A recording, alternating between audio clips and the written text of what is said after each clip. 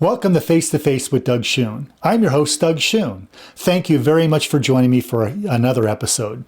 Got some great questions this week, so let's get started answering them. The first question is this. Could you please outline the best way to clean and disinfect nail files that are not made out of metal, glass, or fiberglass? I've been told that porous nail files cannot be disinfected, and I know many people who dispose of them after each use, which can get expensive. I bet there are countless nail technicians around the world using these and not understanding what to do. A spray of sanitizer for tools or implements may not be best. What do you think?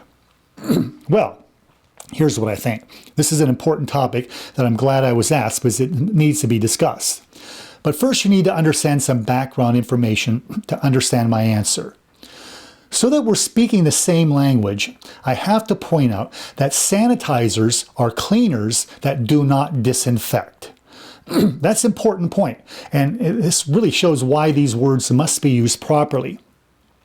Disinfectants are not sanitizers. Disinfectants are highly effective at killing bacteria and fungi on pre-cleaned surfaces. In this case, the surfaces we're talking about are the parts of the abrasive that touches the client's nail plate. Every country has a department that approves and controls disinfectants and how they're used. In the United States, the Environmental Protection Agency, or the EPA, must approve the sale of any disinfectant products, and they must also approve the claims that these products are allowed to make. Interesting. Those claims have to be proven using approved EPA test methods, or the EPA will reject their claims and not allow them to make them. Now, developing a new type of test and getting it approved costs more than $100,000. So rather than do this, most companies take the more cost-effective route and rely on existing test methods. This is what happened with nail files. Several EPA-approved testing protocols already exist for hard surfaces, so there are many disinfectants that are approved for use on hard surfaces in salons. These disinfectants can be used on metal, glass, or fiberglass-backed nail files, and drill bits as well.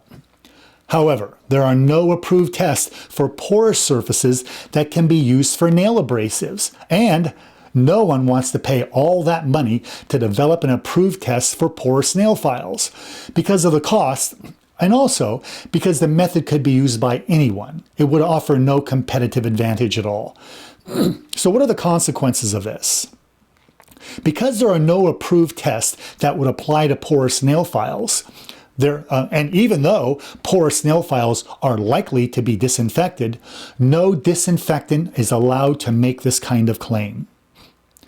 I once chaired a task force for the California Board of Barbering and Cosmetology that looked into the disinfectability of nail files. Our task force research included discussions with the EPA about this issue. They told us that porous nail files could be disinfected, but because there was no protocol approved to the EPA's satisfaction, not only could the EPA registered disinfectants not make this claim, it would be illegal for them to make this claim. And it would be illegal to use an EPA-registered disinfectant in a manner that's not allowed by its label or by the allowed claims. So even the U.S. State Boards of Cosmetology cannot permit EPA-registered disinfectants to be used on porous nail files, even though they would likely work.